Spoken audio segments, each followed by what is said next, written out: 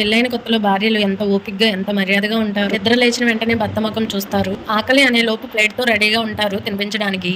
పెళ్లైన ఫస్ట్ సంవత్సరం మీరు చాలా సేపటి నుండి ఏమీ తినలేదు, ఆరోగ్యం పాడవదా, భోజనం చేయండి నా బంగారం కదా అంటారు.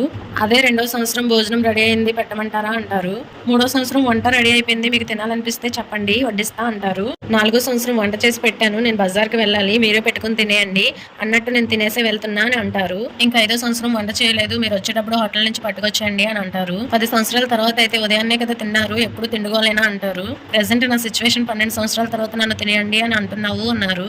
మీరేమి తక్కువ కాదులండి, అదే పెళ్ళైన కొత్తలో రిపీట్ చేస్తే ఏది చేసి పెట్టినా మారు మాట్లాడకుండా అబ్బా భలే ఉందే ఎప్పుడు కూడా మా అమ్మ ఇలా వండి పెట్టలేదే అనేవారు. పెళ్ళైన కొత్తలో బంగారం బుజ్జి బజ్జి అని పిలిచేవారు. ఇప్పుడు మాత్రం ఏమే ఓసే ఇలా నా పేరుతో తప్ప వెటకారంగా మిగిలిన పేర్లతో పిలుస్తున్నారు.